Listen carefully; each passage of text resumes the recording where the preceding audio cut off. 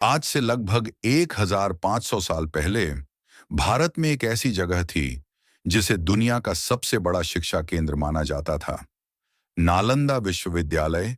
यह सिर्फ एक विश्वविद्यालय नहीं था, यह ज्ञान का महासागर था।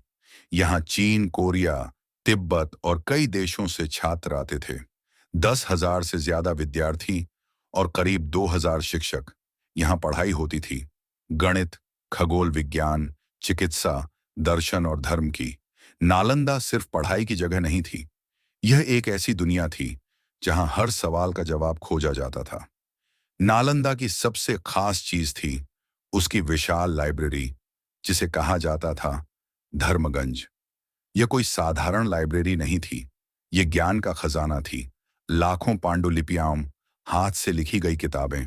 कहा जाता है कि यह 3 बड़े भवनों में बंटी थी, जिसमें से एक 9 मंजिला था। सोचिए, उस समय 9 मंजिला लाइब्रेरी। यहां इतना ज्ञान था कि अगर कोई जीवन भर पढ़े तो भी सब कुछ नहीं पढ़ सकता। लेकिन हर महान चीज के पीछे एक खतरा भी छुपा होता है। 12वीं सदी में भारत की ओर बढ़ रहा था एक आक्रमणकारी। नाम था बख्तियार खिलजी, तेज, निर्दयी और जीत के लिए किसी भी हद तक जाने वाला। जब वह बिहार पहुंचा तो उसकी नजर पड़ी नालंदा पर, एक ऐसा स्थान जहां हथियार नहीं, सिर्फ ज्ञान था। और फिर वह हुआ जिसकी किसी ने कल्पना भी नहीं की थी। नालंदा पर हमला कर दिया गया। शांत परिसर अचानक चीखों से भर गया। सैनिकों ने इमारतों को तोड़ना शुरू किया और फिर आग लगा दी गई।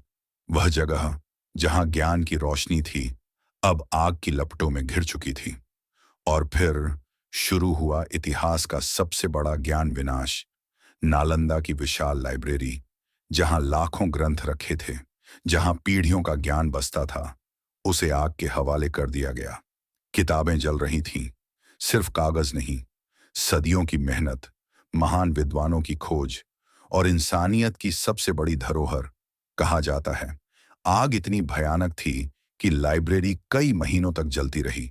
सोचिए, हर जलती हुई पांडुलिपि के साथ एक कहानी खत्म हो रही थी, एक खोज, एक विचार जो शायद दुनिया बदल सकता था।